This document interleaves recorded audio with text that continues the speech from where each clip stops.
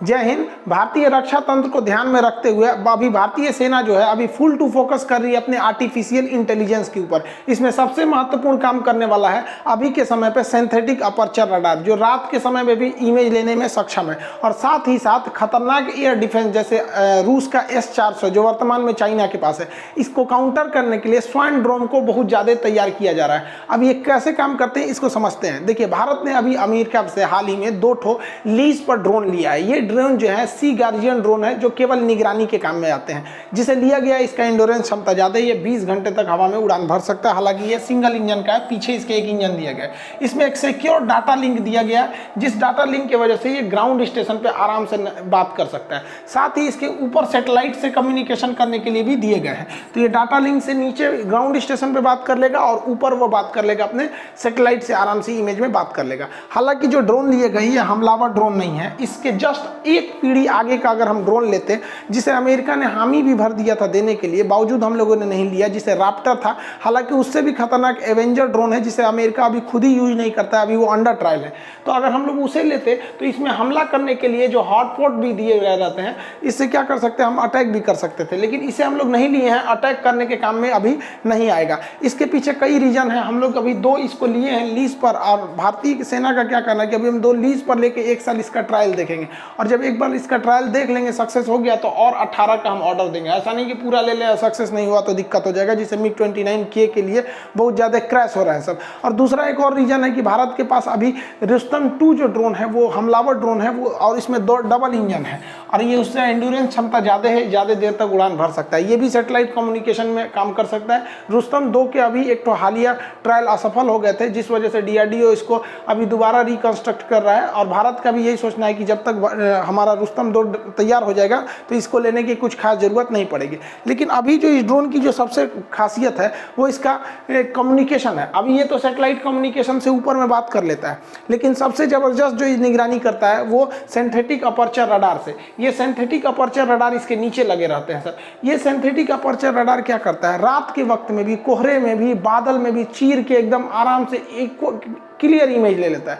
जिससे एक छोटी सी पहाड़ी का ये इमेज लिया, एकदम क्लियर इमेज ले लेता है। अब सिंथेटिक अपर्चर रडार काम कैसे करते हैं, देखिए, एक्चुअली में ये कुछ देखते ही नहीं है, ये कुछ नहीं देखते, ये केवल वेव छोड़ते हैं, और वो वेव जिस तरह से आती है उसी का छाप बन जाता है। एग्जाम्पल के तौर पे समझिए, जैसे मेरा चेहरा है, अगर हम आटा सान के, और आटा को पतला सान दे, अपने मुंह पे ऐसे थाप ले आटा सान के, और जब उसको उतारेंगे तो मेरा चेहरे का उस पर छाप बन जाएगा।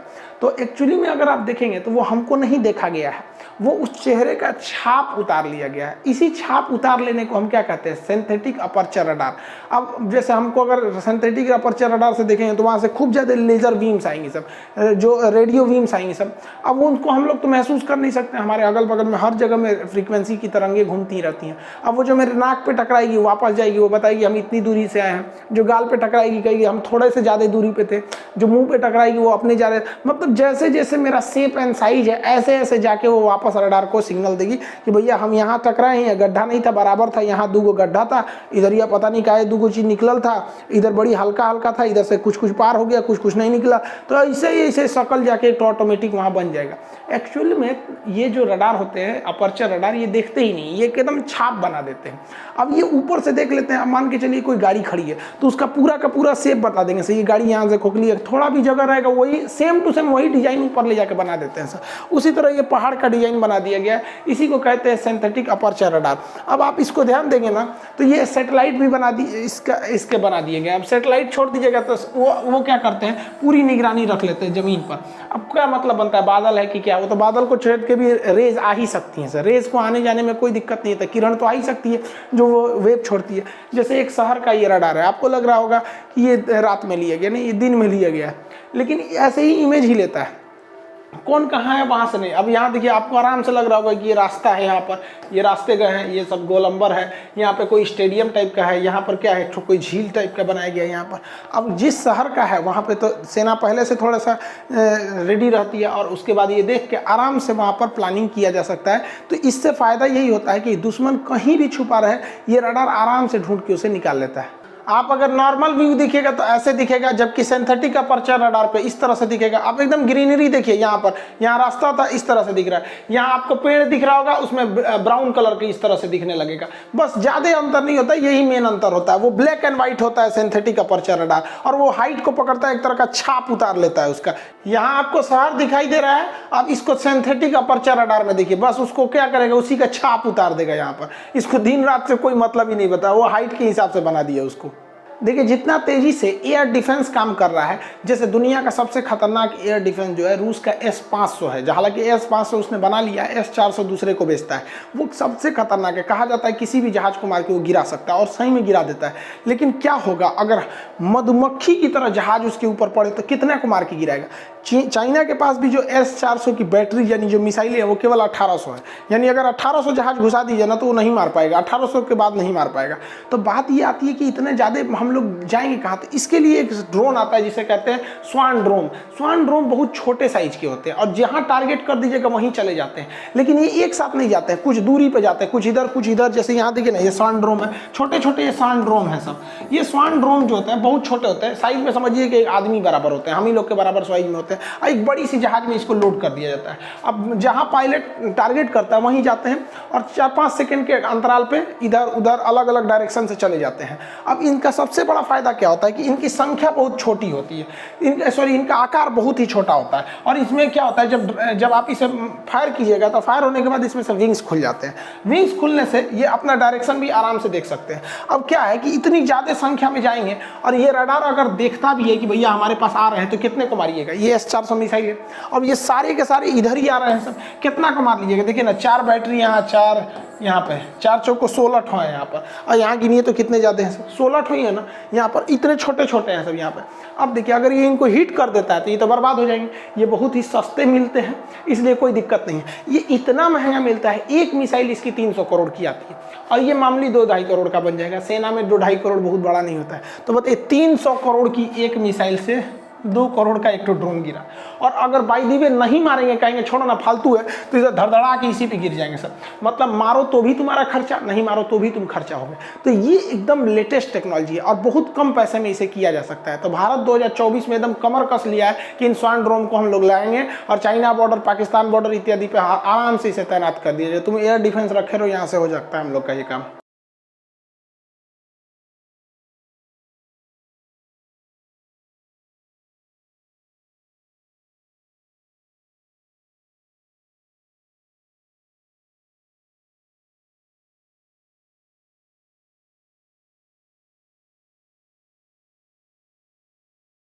इन्हें किसी बड़ी जहाज द्वारा हम लोग आराम से लॉन्च कर सकते हैं। और ये जब बड़ी जहाज से लॉन्च कर देते हैं तो एक साथ एक जगह जाके इनके विंग्स क्या करते हैं, धावा बोल देते हैं और रडार इनको कंफ्यूज हो जाता है किसको मारे किसको छोड़े और रडार को ही ध्वस्त कर देते हैं ये। इसके अलावा भारतीय वायुसेना के जितने भी विमान हैं उनमें अभी हम लोग टाइम डिले रडार का प्रयोग कर रहे हैं। देखिए रडार कैसे काम करता है। रडार का पूरा नाम होता है radio detection and ranging. Radar कुछ वेव्स छोड़ता है, जैसे यहाँ देखिए, यहाँ से ये रडार है, ये रडार क्या कर रहा है, ये रडार वेव छोड़ रहा है। ये ब्लू कलर के जो वेव हैं ये जाने वाले वेव हैं। देखिए ये ब्लू कलर के वेव छोड़े गए हैं, इस जहाज से टकराया है। जहाज से टकराने के बाद जो रेड कलर से आ रहा है ये उस वापस टकराने के बाद आ रहा है। तो ये वापस जैसे टकराने के बाद आता है ना, ये रिसीव कर लेता है और पता लगा लेता है कि हाँ भैया वहाँ कोई चीज़ है।